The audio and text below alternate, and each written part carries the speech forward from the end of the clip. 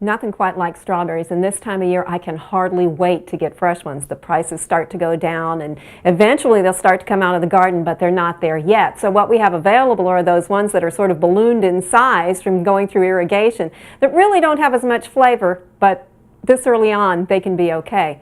But what I wanted to talk to you about today is the importance of taking the strawberries out of your freezer that you put in last year. It's very important that you not leave them in more than 1 year. After that they start to deteriorate.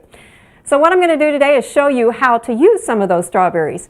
Now the ones I've got here, again, are frozen, and they were frozen dry, which meant they were just put on a cookie sheet and put in the freezer so that they were individual and there was no sugar added to them, which is helpful for what I'm doing today because I didn't need any extra sugar. I've let them thaw in the refrigerator just a little bit because otherwise they're just like ice cubes and a little bit harder for the blender to work.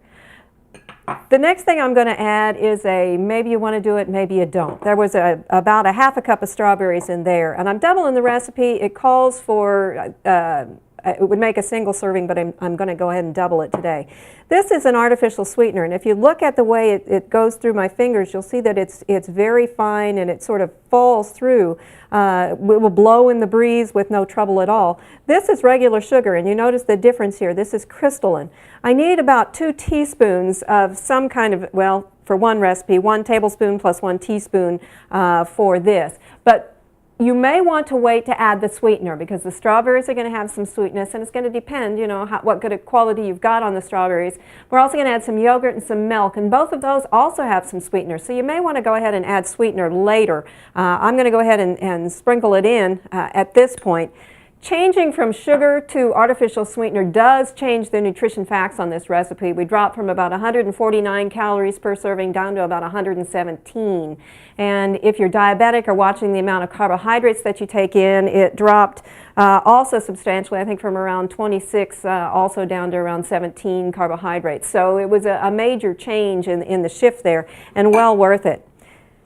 Next thing we're going to add is about a cup of non-fat milk, formerly known as skim, and also a carton of lemon yogurt. Now, many things shrink in the market as time progresses, and the price stays the same.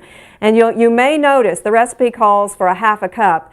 If you've got a 6-ounce carton of yogurt, you may want to go ahead and use the whole thing. If you're making a double recipe, the 6-ounce carton will work fine for that too. Now we're simply going to turn on the blender and let everything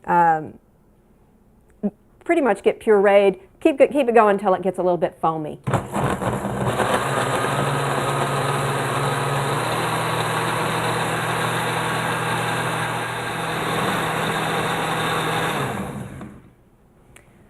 That's really all there is to this. It's a very easy dish, makes a great afternoon snack, makes a great evening snack, and the other thing it makes a great of is breakfast. Trust me, if you have people in your family who you have trouble getting into the house to eat breakfast, this can be something that is a really interesting, good substitute for them from some of the traditional things that we have, like milk and cereal. Maybe this, a piece of toast, and they're ready to go for the day. For Oklahoma Gardening, this is Barbara Brown. We hope you enjoyed this video. It's part of our OK Gardening Classics YouTube channel. You can also find more recent videos on our Oklahoma Gardening YouTube channel. And join us on social media for great gardening tips, photos, and discussion.